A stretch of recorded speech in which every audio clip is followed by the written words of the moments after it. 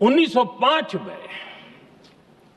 फरीदपुर के गांव में बहुत छोटी छोटी उम्र के बच्चे जब वंदे मातरम के नारे लगा रहे थे, अंग्रेजों ने बेरहमी से उन पर कोड़े मारे थे। यानी एक प्रकार से जीवन और मृत्यु के बीच लड़ाई लड़ने के लिए मजबूर कर दिया था। इतना अत्याचार हुआ था।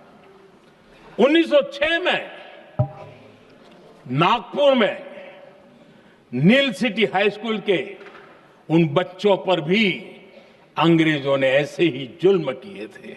गुनाह यही था कि वो एक स्वर से वंदे मातरम बोल करके खड़े हो गए थे। उन्हें वंदे मातरम के लिए मंत्र का महात्म्य अपनी ताकत से सिद्ध करने का प्रयास किया था। हमारे जांबाज सपूत बिना किसी डर के फांसी के तख्त पर चढ़ते थे और आखिरी सांस तक वंदे मातरम, वंदे मातरम, वंदे मातरम, यही उनका भाव घोष रहता था।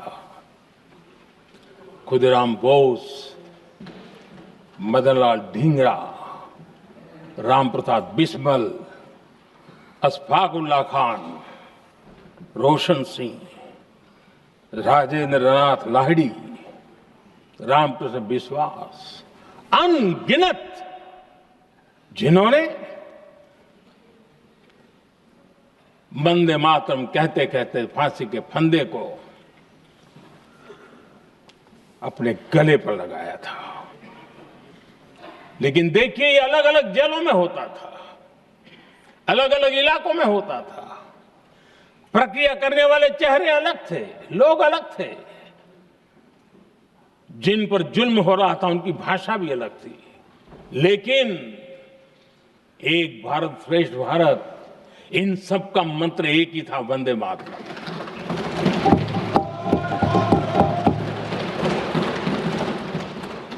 चटगांव की स्वराज क्रांति, जिन युवाओं ने अंग्रेजों को चुनौती दी, वे भी इतिहास के चमकते हुए नाम है।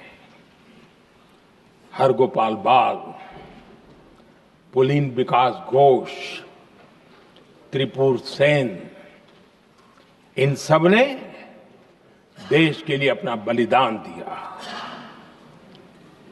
मास्टर सूर्यसेन को 1934 में जब फांसी दी गई, तब उन्होंने अपने साथियों को एक पत्र लिखा और पत्र में एक ही शब्द की गूंज थी और वो शब्द था वंदे मातरम।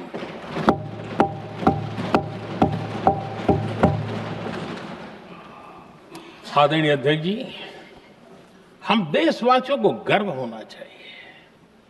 दुनिया के इतिहास में कहीं पर भी ऐसा कोई काव्य नहीं हो सकता, ऐसा कोई भावगीत नहीं हो सकता जो सदियों तक एक लक्ष्य के लिए कोटि कोटि जनों को प्रेरित करता हो और जीवन आहूत करने के लिए निकल पड़ते हो।